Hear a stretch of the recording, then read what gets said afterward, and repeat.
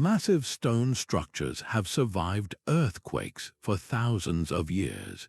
These ancient marvels were built without any modern tools or materials, standing as a permanent challenge to everything we think we know about early engineering. By the end of this journey, you will understand the hidden principles that made these buildings truly earthquake-proof.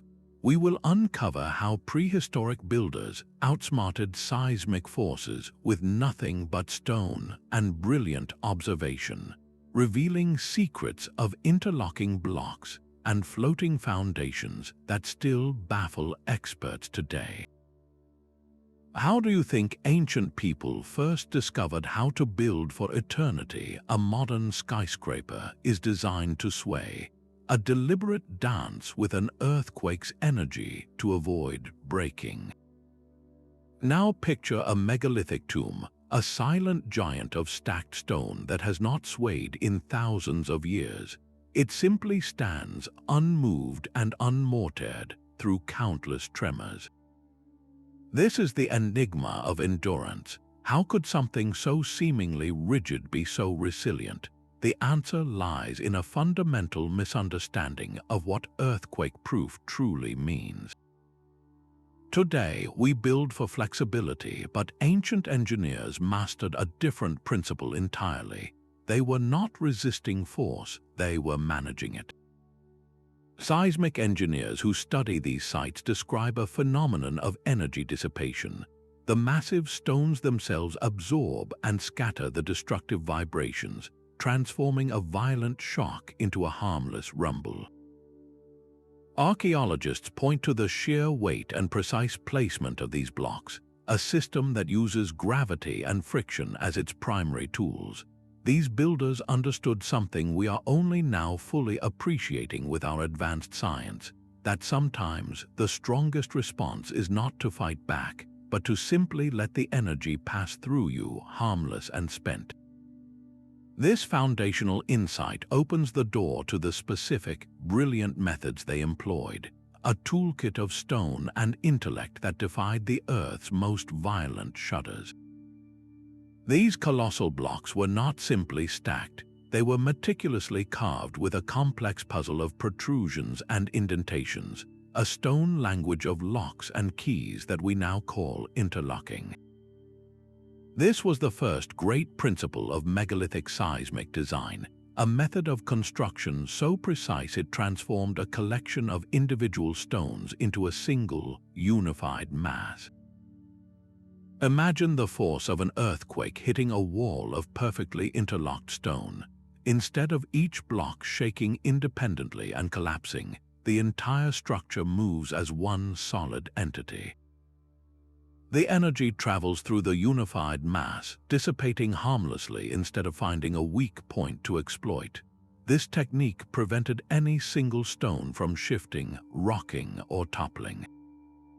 The builders achieved this with an almost unbelievable level of precision. They carved these intricate joints with tolerances often measuring less than a single millimeter.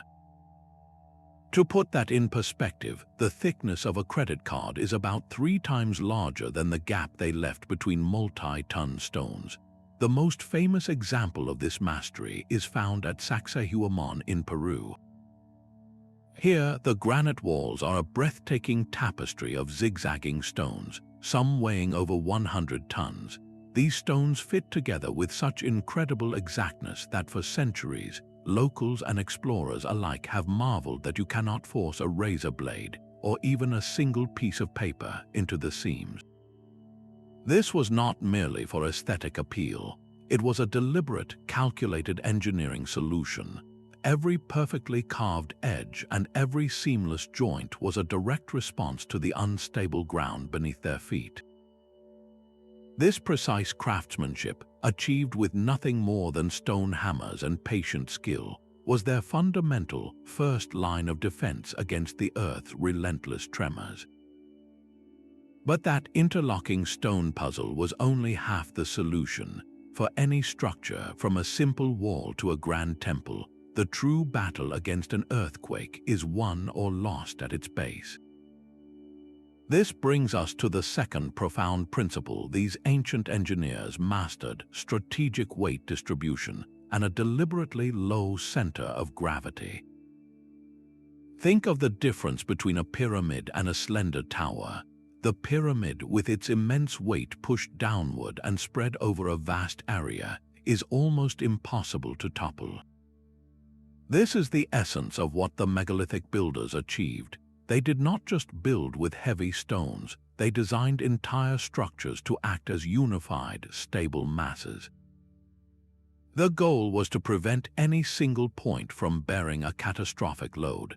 By distributing thousands of tons of stone evenly across their foundations, they eliminated concentrated stress points. When an earthquake's waves rolled through the ground, the force was not allowed to focus on one vulnerable joint or corner. Instead, the shock was absorbed and dissipated across the entire footprint of the building. The energy met a unified front, a single, heavy entity that refused to be broken apart. We see this genius at work in the massive lintels of Stonehenge, forming a continuous, weighted ring that stabilized the entire monument. Even more dramatically, the foundations of Göbekli Tepe in Turkey demonstrate this principle on a colossal scale. Its interconnected pillars and walls were set into a broad, prepared base, creating a sprawling, low-slung complex that clung to the earth. These builders were not fighting gravity, they were partnering with it. They used overwhelming mass and a wide stance to create structures that the Earth's tremors could shake, but could never knock down. Yet even the most perfectly interlocked and weighted structure would face a monumental challenge: the transfer of violent energy directly from the shaking ground into its stone heart. This is where ancient engineering reveals its most counterintuitive leap. They understood that sometimes you must let a building move to save it. This is the third principle, the ingenious use of flexible foundations, a concept we now call base isolation. Picture a massive wall not firmly locked to the earth, but resting on a prepared layer of sand or gravel. When an earthquake strikes, the ground lurches violently, but the building above does not receive that full, destructive shock. Instead, the granular material in the foundation shifts, compresses, and absorbs the energy. The entire structure essentially floats on a cushion, moving just enough to neutralize the tremor's power before it can travel upwards. Evidence for this brilliant passive defense is found at sites like the Osirian in Egypt. Here, investigations suggest that colossal stone walls were set into deep trenches deliberately filled with sand. This was not a simple foundation, it was a sophisticated shock absorber. During a seismic event, the sand particles would roll and slide against each other, dissipating the energy as friction and heat.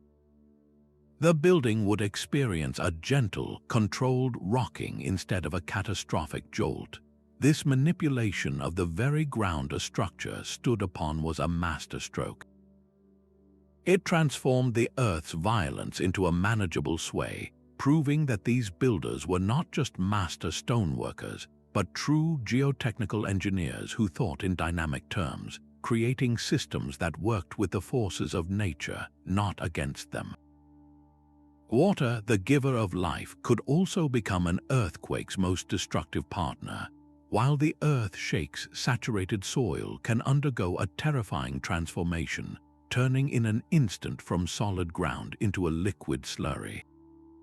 This phenomenon, known as liquefaction, can swallow entire structures as the foundation simply dissolves beneath them.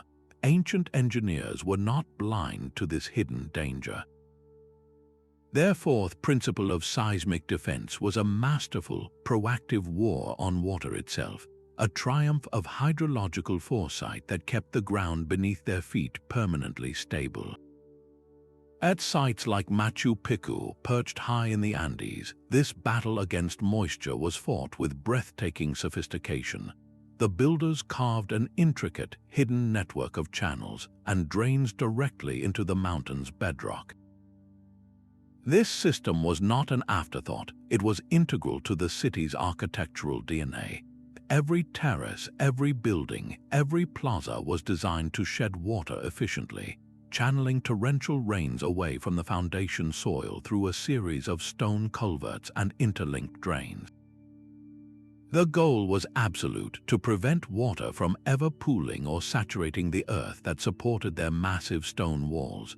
By keeping the ground consistently dry, they ensured its granular structure remained locked in place, its frictional strength intact. When a tremor struck, the soil could not liquefy because there was simply not enough free water to trigger the process. This was preventative engineering on a grand scale. It reveals a profound, systemic understanding of the environment, an acknowledgement that the greatest threat to a structure might not be the shaking itself, but the hidden weaknesses that the shaking could exploit. These builders did not just see stone and earth, they saw the entire system, from the rain in the sky to the water table deep below, and they engineered a solution that protected their work from the ground up. The very shape of the stones themselves held another seismic secret. Why are so many ancient walls built from a chaotic-looking jumble of irregular, multi-angled blocks instead of neat, uniform bricks? This was not a primitive aesthetic, but a calculated masterpiece of engineering known as polygonal masonry. This fifth principle created a defensive web of force distribution that straight walls could never match. Think of a simple, continuous joint between two rectangular blocks as a single, straight highway for seismic energy. When an earthquake hits, that energy races along this direct path, easily building up enough force to split the wall apart.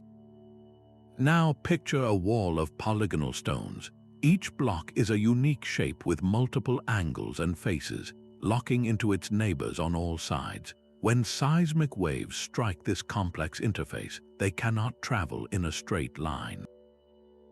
They are forced to diffract, to twist and turn along a labyrinth of tiny, interlocking angles.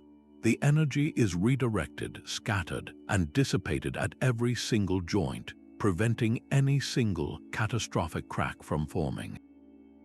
It is the difference between trying to tear a single sheet of paper and trying to tear apart a dense, tangled knot of string. The Mycenaean walls of Greece, often called Cyclopean, are legendary for their massive, irregular blocks that seem to fit together by magic. In Peru, the iconic walls of Cusco and Ollantaytambo are breathtaking displays of this stone jigsaw puzzle, where stones with 12 or more angles nestled perfectly against each other.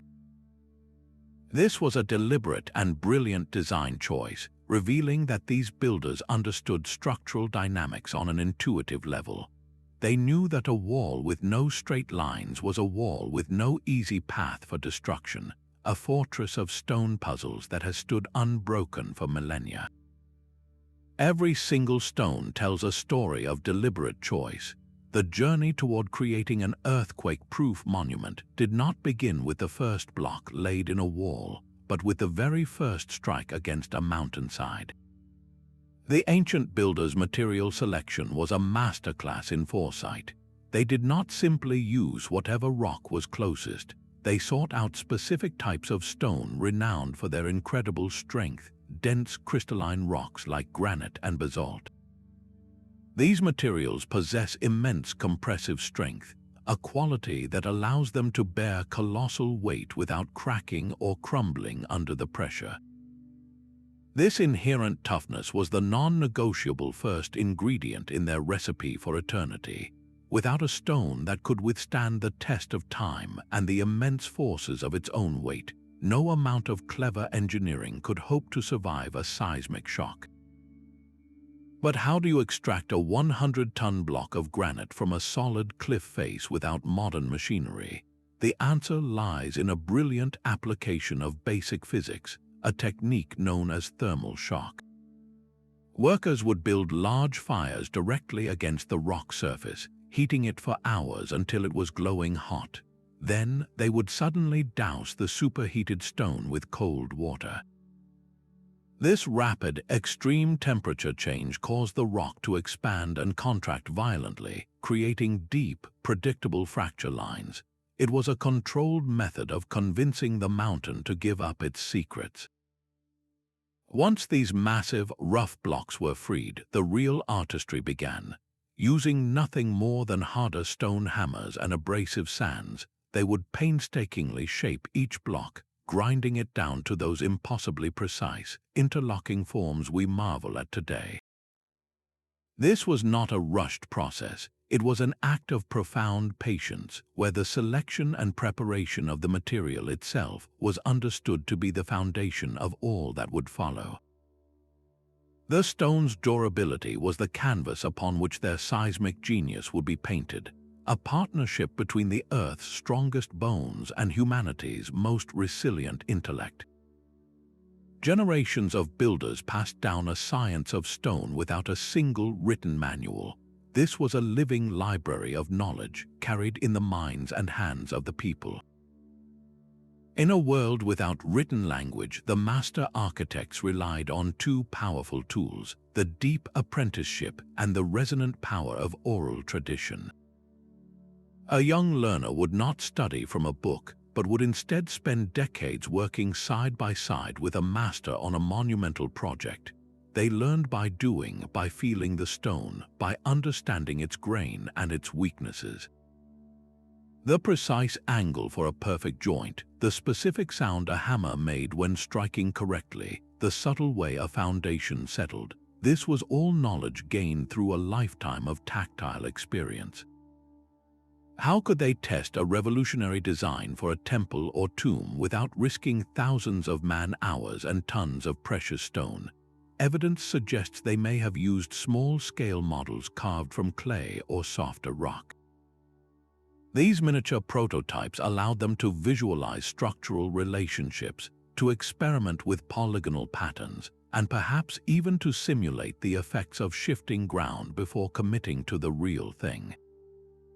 The most profound principles, however, were likely woven into the culture itself. The rules of interlocking masonry, the necessity of a low center of gravity, the critical need for drainage, these were not abstract formulas. They were embedded in creation myths, repeated in the rhythmic verses of songs, and enacted in sacred rituals.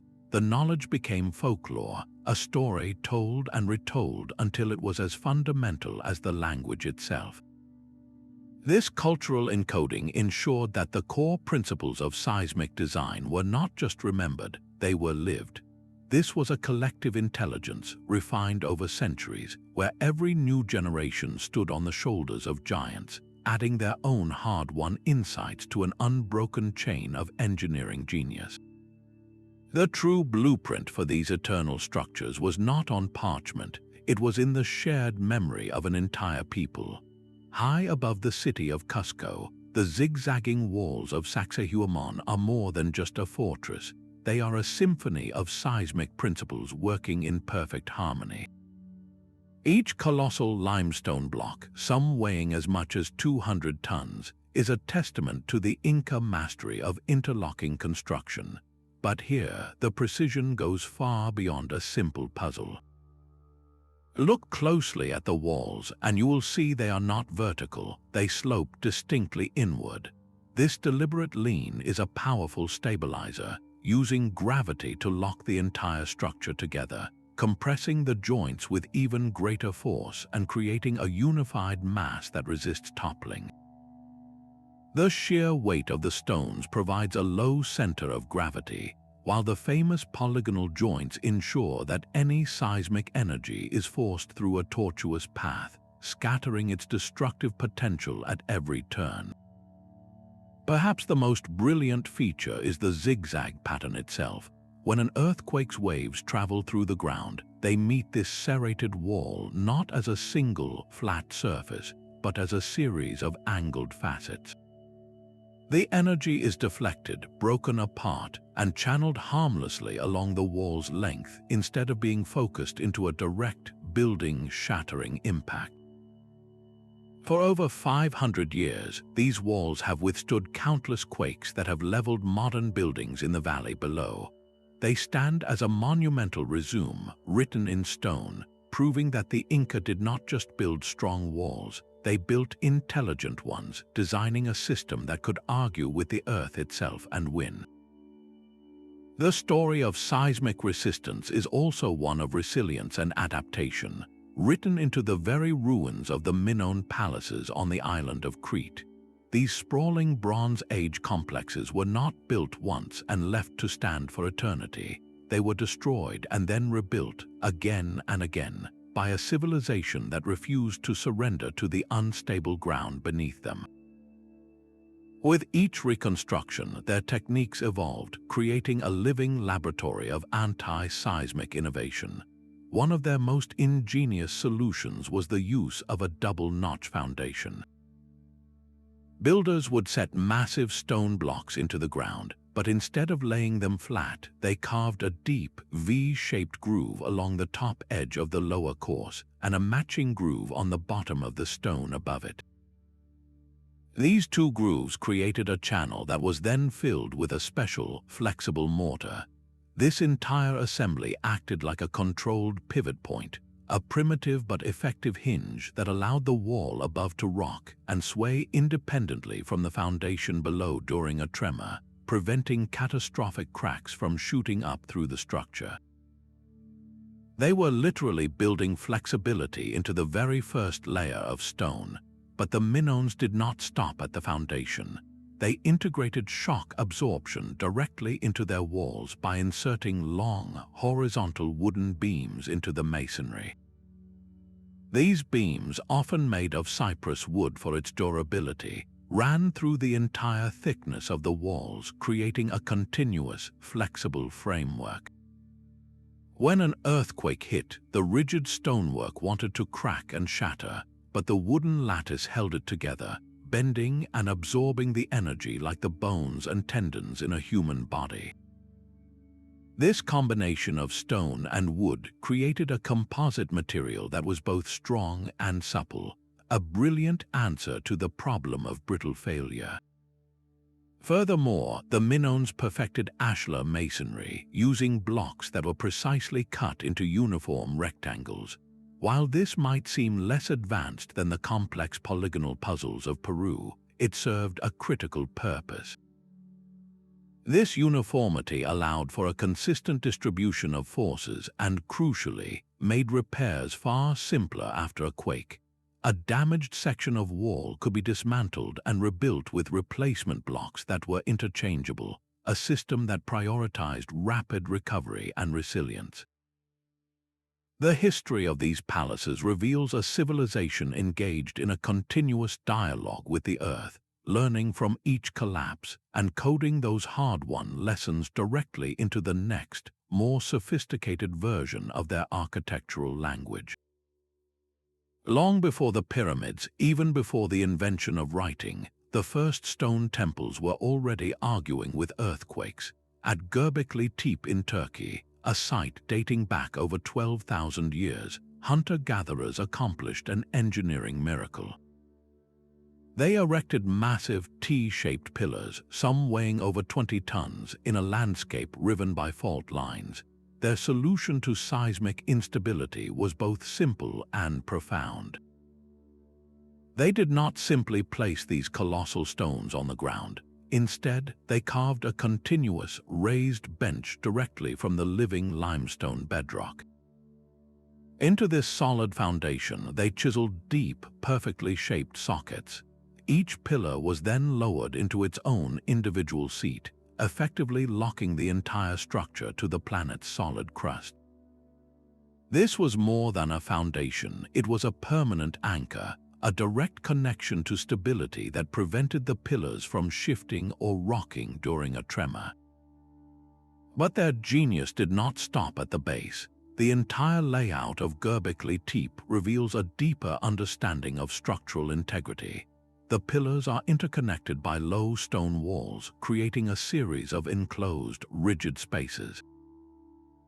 Think of a honeycomb where each individual cell gains immense strength from its connection to all the others. This cellular design meant that the entire complex moved as a single, unified mass. The force of an earthquake could not isolate and destroy a single, freestanding pillar because every element was braced and supported by its neighbors. This created a network of mutual support, a stone community where the strength of one contributed to the survival of all. Göbekli Tepe stands as a stunning testament, proving that the fundamental principles of earthquake-resistant design were not discovered by advanced civilizations, but were born from the very first human attempts to build for the ages, a legacy carved in stone at the dawn of time. These silent stone giants held a secret understanding of physics, principles we now define with complex equations, but which they mastered through sheer observation. To truly grasp their accomplishment, we need to look at two fundamental forces they harnessed: inertia and damping. Inertia is simply the tendency of any object to keep doing what it is already doing. A massive, heavy object at rest wants to stay at rest. It resists being moved. Now picture a 100-ton block of granite. Its inertia is colossal. An earthquake's tremors, powerful as they feel to us, are often insufficient to overcome the sheer inertia of such a massive structure. The building simply refuses to be jerked into a destructive dance. It remains, for all practical purposes, stubbornly still. This is the first half of the ancient secret, the strategic use of overwhelming mass to create passive resistance. But what about the vibrational energy that does transfer into the structure? This is where the second principle, damping, comes into play. Damping is the process of dissipating energy, of calming a vibration. In a modern skyscraper, this is done with massive pistons and fluid-filled shock absorbers. The megalithic builders, however, used the very fabric of their construction. The countless joints between the stones, those impossibly tight seams, were not just locks, they were millions of tiny points of friction. As seismic energy tried to travel through the wall, it was forced to fight its way across each of these microscopic rough surfaces. With every scrape and grind, the energy of the earthquake was converted into tiny amounts of heat and sound, effectively bleeding the destructive power away before it could build up. The structure did not just resist motion, it actively swallowed the energy meant to destroy it. These ancient engineers were not physicists in the academic sense, but they were brilliant systems thinkers. They created physical structures that acted as natural machines, leveraging the immutable laws of nature to turn the Earth's violence into a harmless whisper. Our modern eyes, trained by concrete and steel, might see a critical flaw in these ancient walls. We look at the gaps between the stones and instinctively think something is missing. But that empty space was not an oversight, it was the heart of the design. The absence of mortar was not a primitive limitation, it was a deliberate and brilliant seismic strategy. Rigid modern mortar, for all its strength, creates a single, brittle entity. When an earthquake's force hits a mortared wall, that inflexible bond has only one response: to crack and shatter under the stress. The energy has nowhere to go but to explode outward. The ancient builders avoided this fatal rigidity by embracing a different principle altogether. Their dry stone construction allowed for something vital: microscopic movement. Each stone was an individual component in a larger, living system. During a tremor, the entire structure could breathe. The blocks would shift and grind against each other in tiny, almost imperceptible movements. These minute adjustments were not a failure, they were a form of absorption. The energy of the earthquake was spent on creating these countless small frictions, converted into harmless heat and sound, instead of being concentrated into a single, destructive crack. Think of a stack of books on a shelf. If you glue them all together into a solid block and shake the shelf, that rigid monolith will likely topple over. But if you leave them as individual books, they can shift and settle against each other, absorbing the shock and remaining standing. the dry stone wall operates on the same profound principle. Its supposed imperfection, its ability to move just a little, was the very secret of its timeless perfection. The stones were not frozen in place, they were partners in a silent, eternal dance with the earth itself. The stones themselves whisper of a connection to the heavens. Across the globe, ancient sites are meticulously aligned with solstice sunrises, lunar standstills, and the paths of specific stars. We have long interpreted this as purely spiritual, a way to tether their temples to the gods. But what if this celestial obsession served a double purpose, one that was profoundly practical? The very act of aligning a massive structure with a star on the distant horizon required an almost unimaginable precision in surveying. To achieve this, the builders needed an intimate, generational knowledge of the local landscape. They had to identify stable, unwavering sightlines. This process would have naturally led them to the most geologically sound places, ridges of solid bedrock that had not shifted for millennia, or stable plateaus resistant to erosion and landslides. A location sacred enough for a temple to the sun god was by necessity a location that did not move. This was geomantic siting, the art of choosing a place based on spiritual and energetic principles, which may have been a coded language for long-term geological stability. The spiritual mandate to build on a powerful earth energy line could very well have been the folk memory of avoiding an active fault. By seeking out these ritually potent locations, they were inadvertently conducting a millennia-long survey, selecting the seismically quietest ground upon which to place their most vulnerable creations. The stars above and the stable earth below were not separate concerns. They were part of a single, brilliant system for building eternity. The tools that shaped these eternal monuments were not primitive at all, but masterpieces of applied physics. Forget crude chisels and brute force, the megalithic engineer's toolkit was a collection of elegant solutions. For the initial rough work of quarrying and shaping granite or basalt, they used hammers made from an even harder stone like dolerite.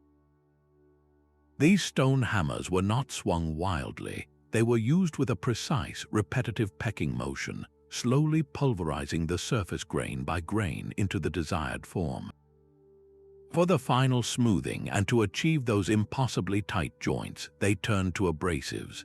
Quartz sand, a material harder than most construction stones, was mixed with water and ground between blocks for days or even weeks, polishing the surfaces to a mirror-like finish that locked together with immense friction. Moving these multi-ton stones was another problem solved with brilliant simplicity. They employed a system of wooden rollers, levers, and earthen ramps. A team of workers could inch a colossal block forward by placing rollers underneath, using levers to adjust its course. A slow but unstoppable process that turned impossible logistics into a manageable, rhythmic task. But perhaps their most crucial tool was one of the simplest, the water level. This was nothing more than a shallow, water-filled trench or a pair of connected basins. Yet the surface of still water always finds a perfect horizontal plane, regardless of the terrain's contours. By using this unerring natural reference, builders could ensure that every single course of stone in a foundation was laid perfectly level. This was not a mere convenience, it was the absolute bedrock of seismic stability. A perfectly level foundation ensured that the immense weight of the structure was distributed evenly, preventing any dangerous tilt or twist when the ground shook. This simple tool, a basin of water, was the guarantor of their structural integrity, proving that their greatest resource was not advanced machinery, but an advanced understanding of the world around them. A structure of stone first required a structure of people. Behind every multi-ton block lies a forgotten symphony of human effort, a level of social organization that rivals the engineering itself. To build for eternity, these societies had to solve a problem far beyond quarrying. They had to mobilize and sustain a pre-industrial army of labor. This was a logistical puzzle of staggering proportions. First came the quarriers, skilled in the art of reading the stone and freeing it from the earth. Then the sculptors, who transformed rough-hewn rock into precision geometry with nothing but stone tools and endless patience. Next were the transporters, the teams tasked with the impossible, moving mountains across miles of rugged terrain. And finally, the fitters, the master craftsmen who guided each block into its eternal place with that less-than-millimeter tolerance. Each role was specialized, each task interdependent, suggesting a society with a clear hierarchy and a commanding central authority capable of planning decades into the future. How did they move a block weighing 100 tons? The prevailing theory involves a breathtaking combination of simple physics and raw human power. They likely constructed a road of wooden logs laid perpendicular to the direction of travel. Teams would then use levers to inch the colossal stone forward onto these rollers. As the block moved, workers at the back would constantly retrieve the freed logs and rush them to the front, creating a continuous, moving track. For inclines, they built massive earthen ramps, packing soil and stone into a stable slope up which teams could haul the stone with ropes made from plant fibers or leather. The sound must have been deafening, a chorus of creaking wood, straining rope, and coordinated shouts, all focused on a single, glacial movement. This entire enterprise demanded more than just muscle. It required an agricultural surplus vast enough to feed hundreds, perhaps thousands, of workers for years. Someone had to grow the food, someone had to cook it, and someone had to manage its distribution. This points to a complex, stratified society where not everyone was tied to subsistence farming. The motivating force behind such a colossal investment of time and resources was likely a powerful, unifying belief. Whether it was devotion to a god-king, the promise of communal prestige, or a shared spiritual vision for connecting with the cosmos, this purpose was the invisible mortar that held the entire project together.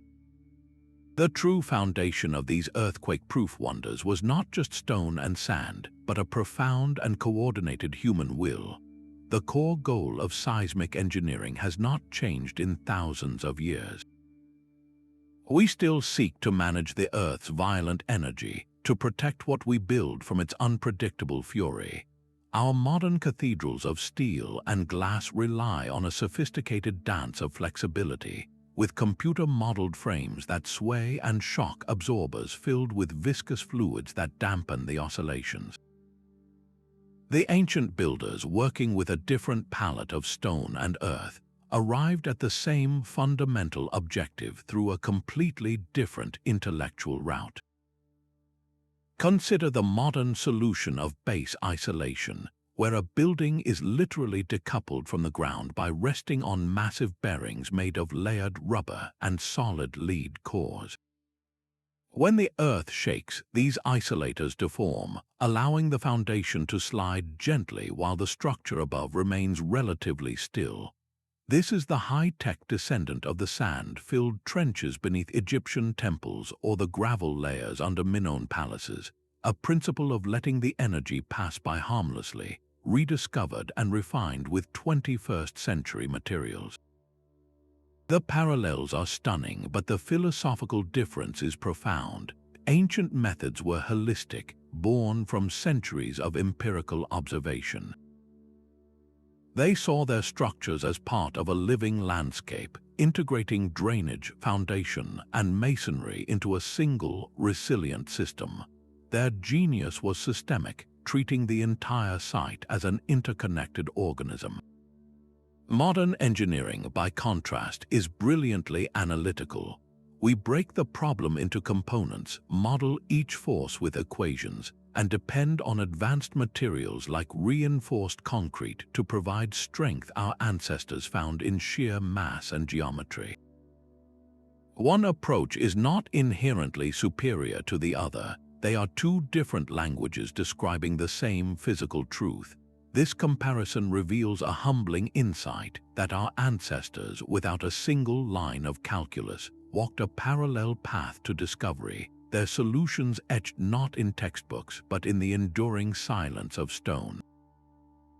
The silent perfection of these stone puzzles has understandably fueled imaginations for centuries. When faced with something that seems to defy our own understanding of history, it is tempting to look for answers beyond our world. The idea of ancient astronauts or a lost super-civilization offers a thrillingly simple solution, a narrative where advanced beings did the hard work with technology we can barely comprehend.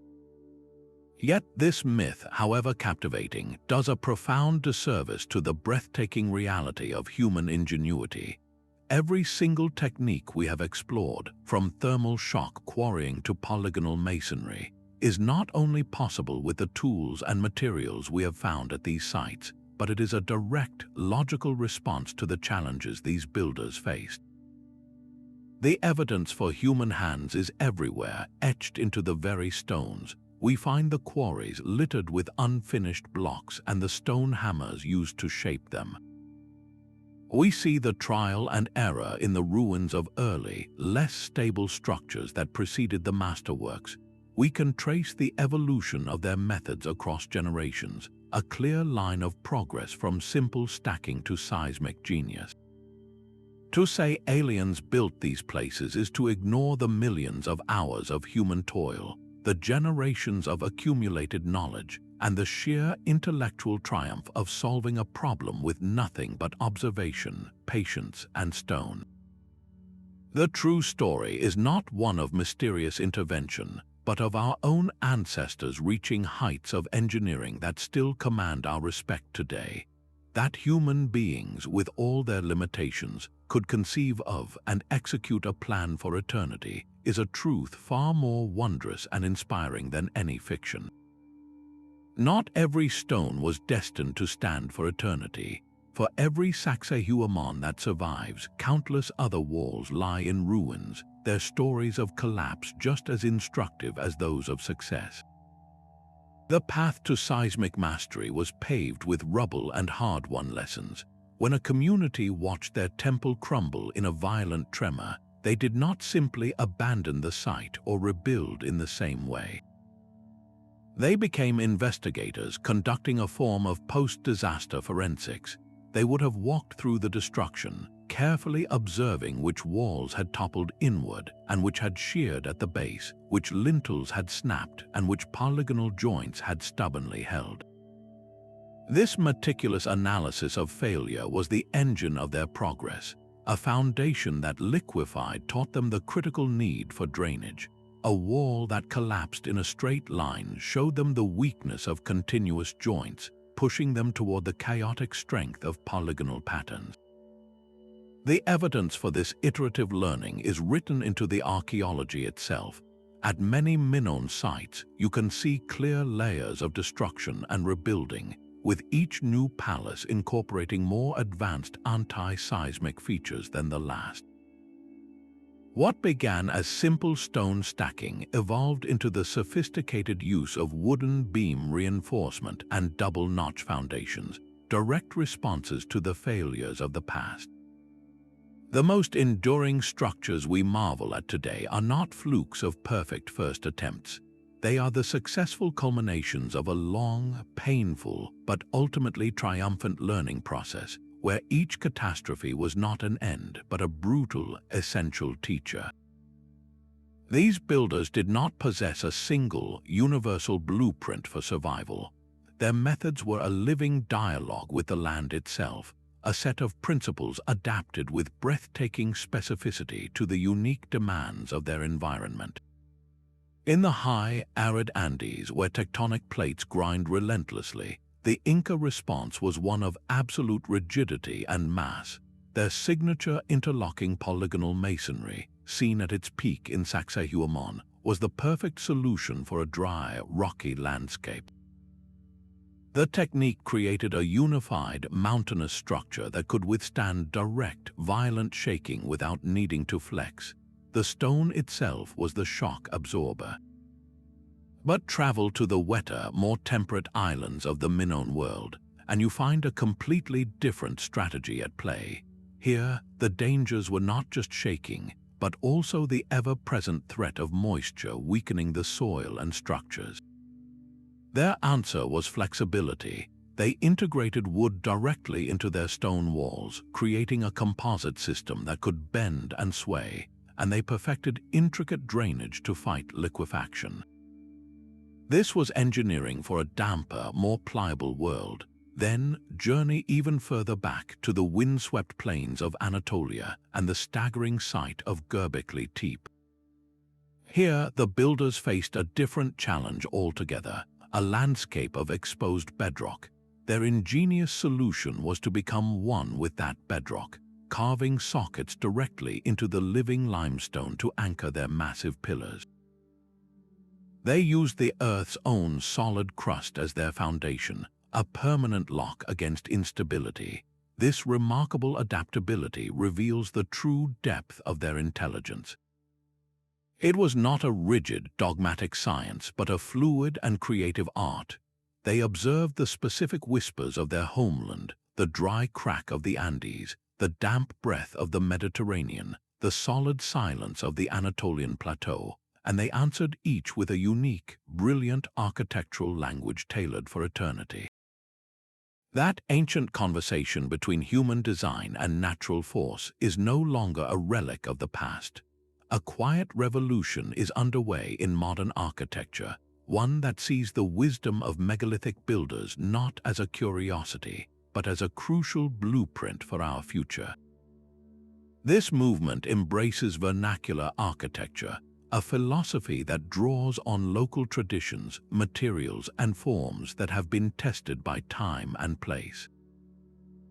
It is a conscious shift away from the one-size-fits-all glass and steel towers of the last century, and a return to building with the land, not just on it. In this, architects are finding a powerful ally in biomimicry, the practice of imitating nature's time-tested patterns and strategies. The goal is no longer to dominate the environment with brute force, but to learn from its inherent resilience, just as ancient engineers learned from the unyielding strength of stone and the stability of the earth itself. We are beginning to see buildings that do not simply stand on the ground, but work with it, using principles of mass and geometry that would be deeply familiar to an Inca stonemason. A famous example is the Chapel of St. Ignatius in Seattle. Its architects deliberately used heavy, load-bearing walls and a low, grounded form to create a sense of permanent sanctuary, a modern interpretation of that ancient principle of a low center of gravity and distributed weight. The result is a space that feels not just visually solid but fundamentally secure, a direct echo of the timeless stability found in structures like Göbekli Tepe. Beyond mere form, there is a renewed focus on material intelligence. The ancient builders had no choice but to use local stone, and in doing so, they created structures with an incredibly low embodied energy, meaning very little energy was consumed in transporting and processing their materials. Today, visionary architects are reviving this practice, constructing buildings from rammed earth, locally sourced stone, and sustainable timber. These materials are not just aesthetically pleasing, they are performative. A rammed earth wall, much like a massive stone block, provides excellent thermal mass, absorbing heat during the day and releasing it at night, naturally regulating the interior temperature with minimal need for mechanical heating or cooling. This is a direct lesson from the past, applied to the pressing challenges of climate change and resource scarcity. The ultimate legacy of these megalithic engineers may not be the silent stones they left behind, but the living ideas they are now inspiring, a testament to the fact that the most sustainable path forward might just be a return to the foundational wisdom of the past. These silent stone giants were more than just shelters from the storm, they were shelters for the human spirit. In an age where life was fragile and the world could tear itself apart without warning, the act of building for eternity was a radical statement of defiance. Every perfectly fitted stone was a vote of confidence in the future, a declaration that their culture, their gods, and their people would endure. These structures became anchors of the mind, fixed points of certainty in a landscape of chaos. When the ground shook and lesser dwellings fell, the temple on the hill remained, its unmoving presence a powerful reassurance that order could triumph over disorder. This psychological sanctuary was as vital as any physical protection. A society that could create such permanence was a society that believed in its own legacy. The monument was a promise made to generations yet unborn, a contract with time itself that said, "We were here and we mattered." This impulse to build beyond our own lifespan is a deeply human trait, a way to conquer our own mortality by creating something that death cannot touch. The awe we feel today, standing before these ancient walls, is the same awe their builders intended.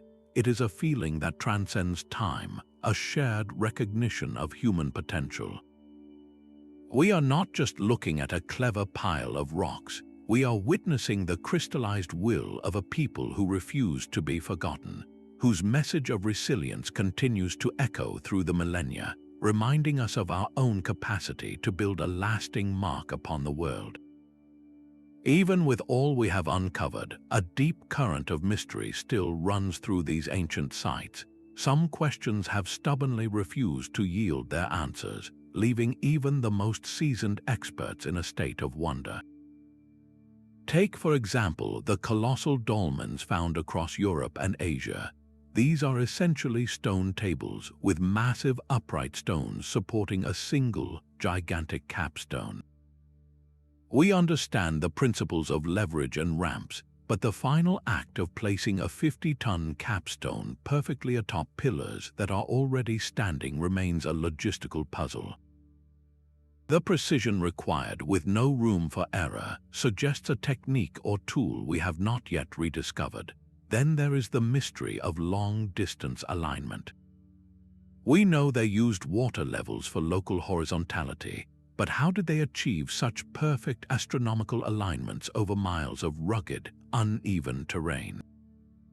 Sites separated by vast distances seem to be in conversation with each other and with the cosmos, pointing to a surveying technology of incredible sophistication that has left no physical trace behind. Perhaps the most tantalizing questions are not about the stones we can see, but the forces we cannot. Some researchers are now investigating the acoustic properties of these places.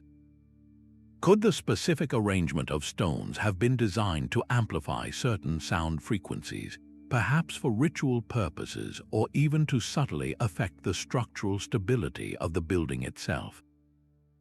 Others speculate about the piezoelectric properties of granite, a stone that generates a small electrical charge under pressure. In a massive structure constantly under the immense pressure of its own weight and the subtle tremors of the earth, could this have created a measurable and perhaps intentionally harnessed energy field? These are not the wild speculations of fringe theorists, but the serious, emerging frontiers of archaeological science. Acknowledging these enduring enigmas does not diminish their achievements, it enriches them. It means the conversation with the past is not over. Every unanswered question is an invitation, a promise that the next generation, armed with new technologies and fresh perspectives, will have its own revelations. The stones have kept their deepest secrets for millennia, and they are in no hurry to give them all away. From the quarries to the final capstone, a singular truth comes into focus. These ancient builders were not primitive stone stackers. They were master engineers whose profound understanding of physics was carved into the landscape itself. They solved the riddle of seismic survival not with complex machinery, but with a deep, accumulated wisdom passed down through generations. Their methods were a language of stone, speaking in the grammar of interlocking joints, the poetry of distributed weight, and the logic of isolated foundations. These earthquake-proof monuments are not mysterious flukes or the work of lost gods. They are the direct, brilliant, and logical outcome of human intellect applied to a universal problem. They stand as a powerful lesson for our own time, demonstrating that the greatest innovation does not always come from the most advanced tools. It emerges from a profound respect for and understanding of the natural world. These silent sentinels of stone are a testament to the incredible potential of human ingenuity. Let their enduring strength be a reminder to us all, inspiring a future where we build not just for today, but for the millennia to come, with a resilience and wisdom worthy of our ancestors. This journey into ancient engineering is just the beginning of a much larger story. If the genius of these forgotten builders has sparked your curiosity, I invite you to join the search. Share your own thoughts and any similar historical mysteries you have encountered in the comments below. Let us build a community of discovery right here.